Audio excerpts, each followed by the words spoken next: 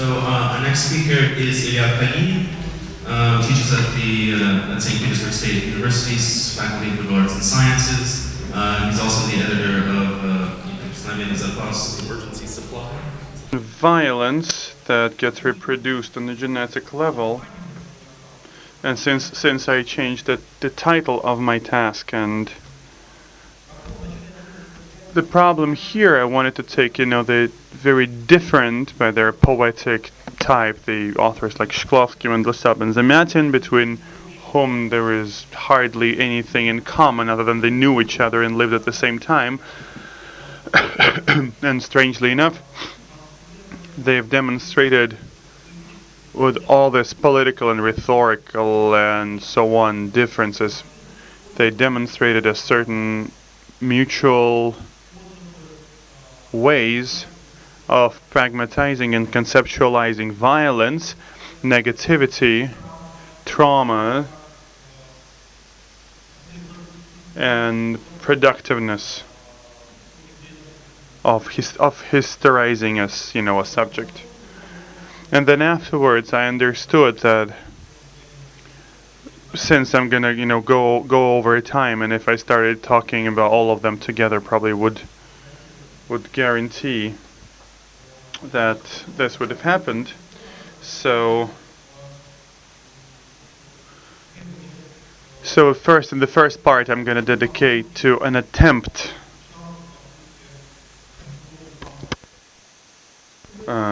by the philologist. I'm trying to give you some speculations, some general speculations about the revolution, the figure of the revolution, violence, trauma, and a reaction to this phenomena, and the theory of political speech. And here we're going to talk about Shklovsky, the defamiliarization theory, but the theory of poetic speech that isn't retrospecting and conceptualized revolution, truth and pain and so on, all these brutal things, but rather anticipated it or predicted. And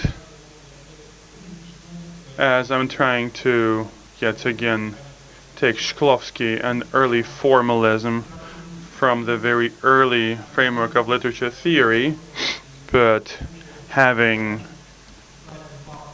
found the social pathos, or the pathos of the social critic of the social theory, and on the basis of the historical example of the revolution, representation of the revolution and the revolutionary theory of the language, to problematize the existent theory of trauma, which is trauma. According to this theory, trauma is something that should be followed with a therapy, in whichever forms this therapy took place, whether it's a social ritual, art, or we're talking about narrative forms, with a theory, any form of rationalization of trauma, which is destructive towards the subject, to the core of its subjectivity, and so on and so forth.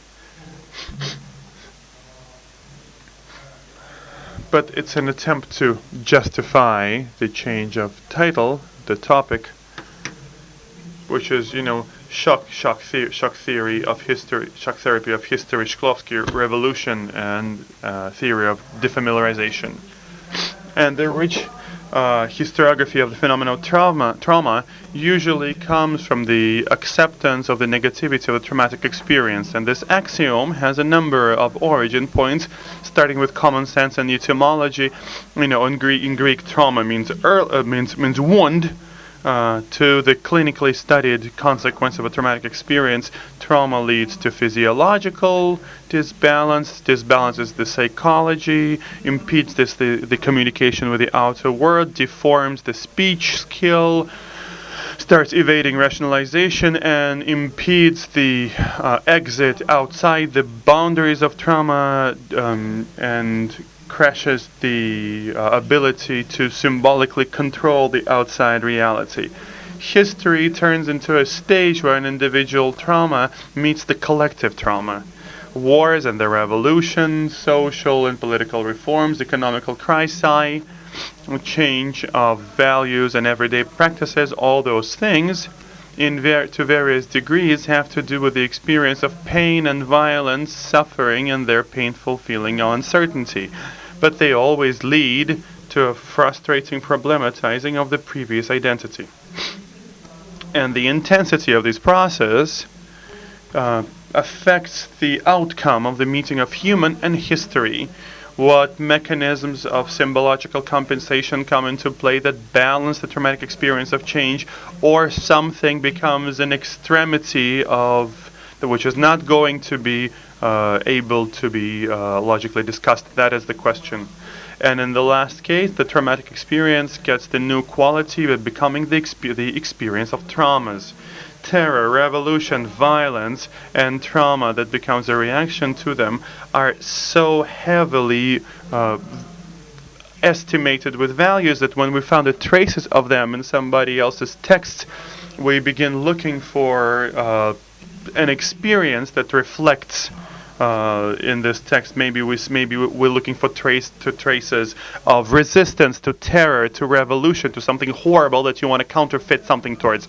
We're looking for a desire or for an intent in this text to bring back the world into the stability, bring back unity to the subject, and the narrative, bring it back to the stability. And in this text, we're looking for traces of rituals that allow us to lower the tension which has thrown the subject out of the normal and the natural stable state. The exceptions sometimes are made for the poetics of avant-garde, that it looks as if it's working with this differently, but the problem obviously reaches out of the avant-garde and has to do at least with the modernistic concept. The conversation about this model of subjectivity and the ideas of the language and the representation that stand behind it can be turned through the problematization of the dynamics of the routine and excessiveness, tradition and the revolution, through problematizing of the trauma phenomenon itself, which starts questioning the possibility of representation, yet demonstrating the nakedness of the hidden construction of the revolution and demonstrating the perception of the world. The revolution, having turned the regular routine, becomes a paradigmatic example of a human trauma, but the paradox here lies that despite the fact of it has a traumatic nature, the experience of the revolution knows many examples when trauma is viewed as an adequate price for getting rid of alienating normal life, quote-unquote normal life, for bringing back the historical truth that was lost due to the repetition of the habits of its organic mundanity. And we're not talking about ideological estimations or any historical bias.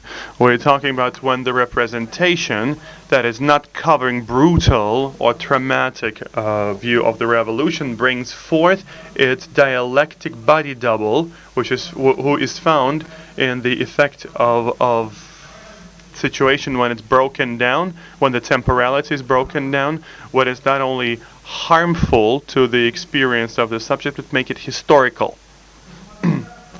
Despite the massive clinical studies that we know what happened to the revolutionaries after the revolution in the 1920s, despite the deep wound that Russian Revolution left in art and literature, the trauma hasn't become a dominating main cultural frame of the revolution, or in other words, the evident traumatism of the revolutionary event and its characteristic for the survival of the symbolic repertoire filled with the images of violence and death, the destruction of cultural heritage and ethical imperatives have always been underlined. But the consequences for surviving the revolution have been estimated differently. Some underline the external character of trauma. The other admitted it to be now a part of I, but made it very positive. They dialectically redescribing the breakage, the trauma as an internal debt, as a basis of its inner identity. And the perception of this historically polarizing event as a revolution cannot match in different social groups.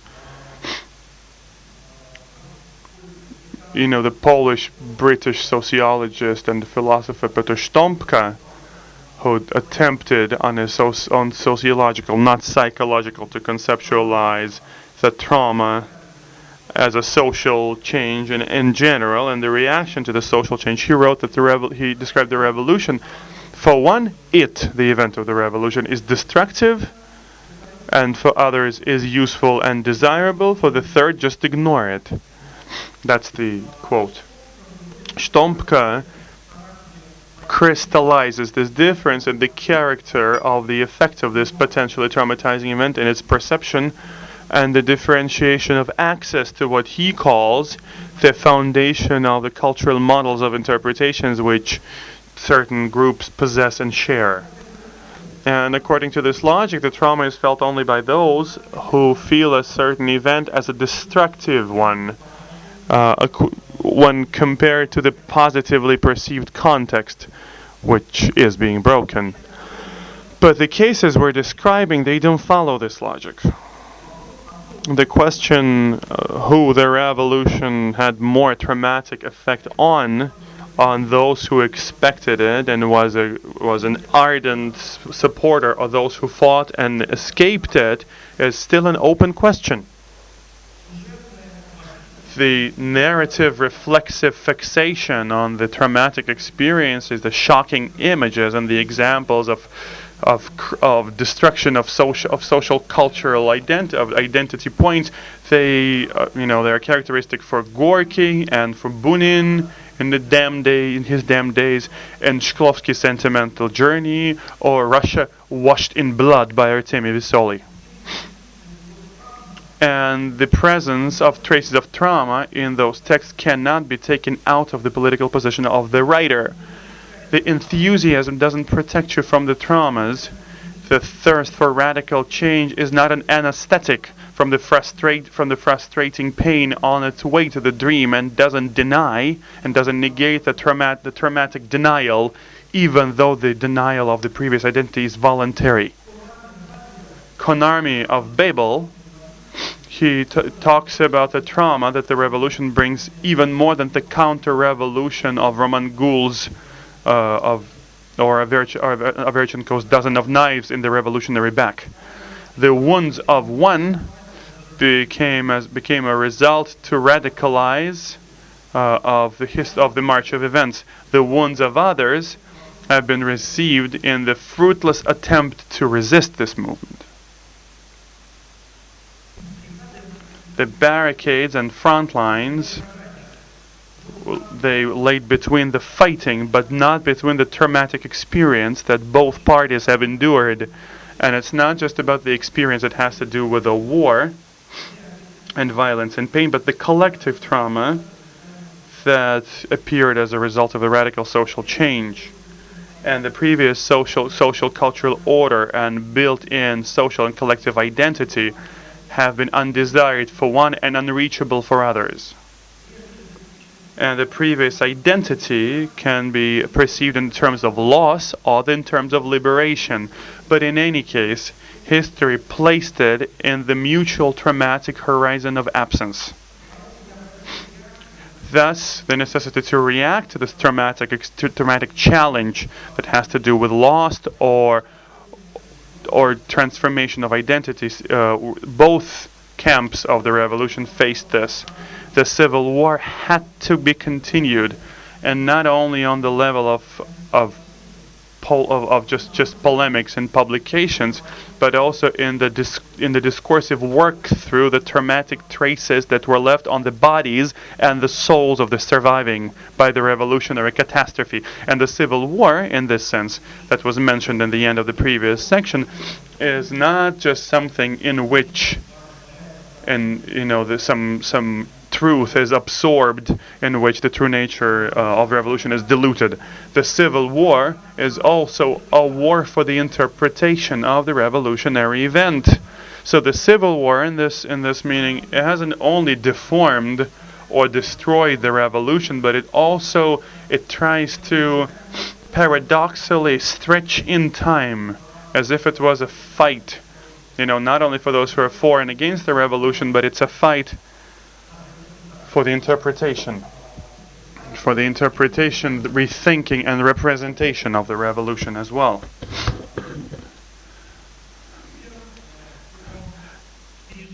Those who've survived the revolution as a destructive force that violently took the old order of events and old identity, those who've only faced only the negative and traumatic side of it, they use the cultural resources and the models of interpretation that allowed for them to compensate with it the loss of the previous regime. The event of the revolution has been rationalized either as a historic disaster or as a temporary political loss. So it's something external in reference to their identity. However, the internal debt of the losers has been interpreted as a necessity to preserve their identity, and the symbolical recreation of self-representation in the situation of loss of the social and context that once gave birth to this representation. In other words, the trauma of this survival has been reinstated against the background of historic loss and loss of the previous status, but as a compensation there was even more thorough than in a usual situation, trying to preserve the tradition, cultural heritage, so on and so forth, so which is the core of the identity of those who've actually lost it against their will. And those for whom the revolution was a long-awaited event,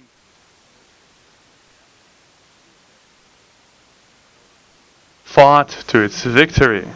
Those for whom the traumatism of the survival revolutionary experience seemed to have entirely been justified by the optimistic horizon of this tragic account, on the contrary, generated such cultural models and interpretations of the happening that it actually strengthened the traumatism of the revolutionary event, writing it into the basis of their own cultural identity and reflecting it in their narrative. And the success of the revolution in this case depended on how deep was the trauma left in those who were to build the new social reality, and how deep do they survive the revolution as a clash with history, with its transcending power that makes you feel the conditionality of any given identity and usual routine. In other words, the success of the revolution depended entirely on how deep do the revolutionary subject interject the trauma. And that's the paradox. So if anti-counter-revolution migration attempted to push away the trauma as something external, not something that they are surviving, not something that is a part of their identity, but the revolutionary subject underlined the traumatism of what they're living through, despite the fact that some of the subjects in there don't even feel anything traumatic about it, even if they don't perceive it as a trauma. While talking about collective cultural trauma, the events that sparkled it and this representation that depend on this or that discursive frame, they're hard to distinguish from one another.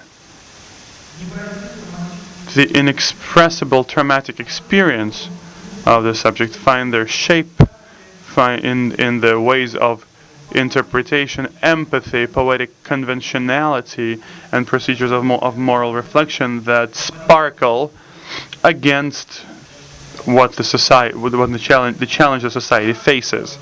Thus, Jeffrey Alexander describes the evolution of the post-war boundaries of representation that defined the collective trauma of Holocaust, the gradual coming of the Holocaust trauma, that the boundaries between the historical events and its further representation. However, the relationship between the discussion framework of futuristic poetics that first appeared in Shklovsky manifests and traumatic events of the Russian Revolution, they're reversed, because at first we got the boundary, the framework that establishes the discursive tools, and shock, for instance, as the only way to create the art that responds to the challenges of the time, and the only way to revitalize the human perception of the outside world. But it only then an event happened that delivered this breakage of the tradition, and that delivered the destruction of the old symbolical order. If we talk about Dominique Lecapre, describing the quarrel of historians around the Holocaust problem, illustrated that in attempting to describe the traumatic historical event, the researchers inevitably carry out their own desire to establish not only an intellectual but also psychological power over the represented and over the interpreted events. The knowledge obtaining aspect also comes in with interpretation that draws the historians into the psychological analysis of the trauma. So between the historian and the trauma, we get their own dynamics of some metaphorical representation, which depends on the place where the historian stands onto this event. So the academic and theoretical discourse within this theory, they become the elements of the cultural framework that gives trauma a language and allows its subject to deal with the consequences of what has been survived. So historiography of trauma becomes therapy that lets you work through the traumatic experience of history itself. So the theoretical pathos of early formalism that calls for the renewal of artistic forms and the return of the sensual perception of the world, it gives a task for the art which is different, or actually even opposite. Art, which is according to Shklovsky has to bring life back to art, give you back the chance to feel, is necessary not to stabilize the broken balance, but actually the other way around, to create the disruption of this breakage. And sustainable mundanity, the standardization of behavior, and are viewed by Shklovsky as something that alienates a person from the reality, from the language they speak, and from themselves. And here's a quote. And that's a famous Shklovsky quote. Today the old art is dead, and the new one hasn't been born, and the things are dead. We've lost the sense of the world. We've stopped being artists in our ordinary life. We don't love our houses and don't love our dresses, and easily part with a life that we don't feel. So what happens here? The relationship between the identity and its painful loss, they are redistributed. The identity itself that's being described here as in the process of automatization is interpreted as a loss, the loss of feeling of life. But the loss of this feeling can give back this feeling back to a person. So revitalizing the subject, the rebuilding the context, lies on the way of the destruction of its wholesomeness. Destruction of its wholesomeness, which is nothing else but an effect of unconscious automation, which appears thanks to the repetition, predictability of mundane routines. And the ability to get the person out of this state comes to the language of the poetic forms. The extraordinarity, difficulty of it resists the mundanity that is the cemetery that is populated by the dead words, as Shklovsky puts it. And the paradox of it is that only the hurtful unexpectancy of the poetic language here works as a mechanism of revitalization. The deformation of morphological structure of the word, the breakage of the predicted syntaxes and rhythm, the semantic shift, give a chance to destabilize the stability of a subject, get the subject out of balance, destroy the system of cognitive habits that protect the subject from outside effects. In other words, to give a discursive trauma to a subject that would be made of the breakage of normality, and of the normality that is associated from Shklovsky for the new language and for the lack of life.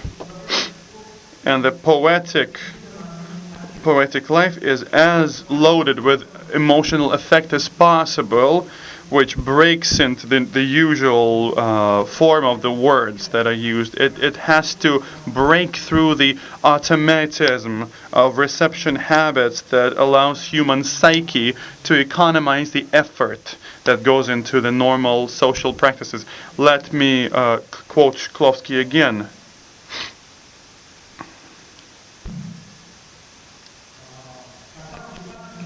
When, in effect of tenderness or rage, we want to tenderize, or we want to say something bad to a human, it's not enough to have the words that we have. Then we break and re-break the words, so they cut through your ear, so they won't be seen but not heard. And these are defamated words. That's where they come from, that we use so much in the moment of effect and that are so hard to remember. This defamed, this broken word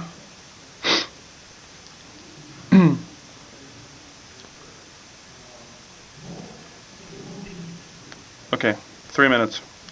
Fine. 2:50, okay. So this defamed word carries a mimic imprint of effect and has the communicative potential that can bring it to the addressee, taking the addressee out of balance. And the poetic speech uses the same words. Okay, I'm gonna skim through something. Okay. Let's start drawing conclusions. We know a phrase of Adorno that after Oswiecim the poetry is impossible. Zizek, not only Zizek that where Igor was talking about, it was, not the only Zizek who has a dog speaking the human language, but also Zizek that wants us to enjoy our symptoms. But Zizek, in his book On Violence, he actually talks about this statement when he says, when he differentiates between poetry and prose, he says, after Oswiecim, it's not the poetry that's impossible, prose is impossible. Realistic prose, as opposed to poetry, cannot recreate the unbearable atmosphere of a concentration camp. But poetry always is dedicated to something that cannot be addressed directly, but only by hints. And this post-traumatic logic Shklovsky uses in his differentiation between poetic and prose speech. Shklovsky says we come to define poetry as slowed down speech. Poetic speech is a construction. Prose is a usual, economizing, easy, light speech. And he says that prose in the Roman mythology is a goddess of easy childbearing, of easy labor, of the normal positioning of a baby inside the womb. So one more address to the theory of trauma. Omir Bartov, Trauma and Lack Thereof After 1914, quote. traumatic historical events oftentimes create a lot of victims and voids. The victims can be discredited institutions, destroyed cities, banished nations, fallen empires, or mounds of dead bodies. Voids can be expressed in the lack of legitimacy, the degradation of value system, and disappearance of moral and political targets, loss of family or memory. So the process of to do a lot with the recreation of collective and individual identity and compensation of loss. Again, logic of compensation and reinstitutioning. In the case of Shklovsky and the literary theory of early formalism, and this gigantic context that by default hides behind it, because I'm talking about formalism as a symptom of a certain epoch, the paradox lies with the discreditation of the pacifying with the trauma, not trauma, but making peace with it. It discredits it, because Shklovsky and Tynyanov, they talk about this impressive drama of working with trauma. It's restaging it on the various levels, reenactment of the traumatic situation that constantly returns to the trauma, that's hard to distinguish from this manic desire to go back to the trauma. But on the other hand, it's a lack of trauma. Shklovsky was born in 1920. These are the subjects that miss the horizon of trauma. But on the other hand, the fixation on the principle of detachment that can be qualified as making it into a fetish, bringing pleasure back into where the tragic reality is working as if this making a fetish is not out of a detail that allows you to shift your attention away from the traumatic experience and replace its traumatism, but it's making a fetish out of the trauma itself. Trauma isn't being pushed out. Its return happens not through the back door, not as a sickly repetition of an images that the subject is trying to escape. Its return is triumphal. Trauma is reinstated as a principle of the traumatic language and its history, and the consciousness and acceptance of it leads to the reestablishment of contact with reality. Trauma, by formalist, isn't a temporary or pathological state which the subject has to get out of by using the therapeutical force of language and representation, but as opposed to it, it's an internal debt of a person against history, against themselves, and to fulfill this debt is being used by this difficult form of a poetic language, which defamiliarizes and de-effectualizes, which brings you a wound that can break the automation and recreate the sense of life. Thank you.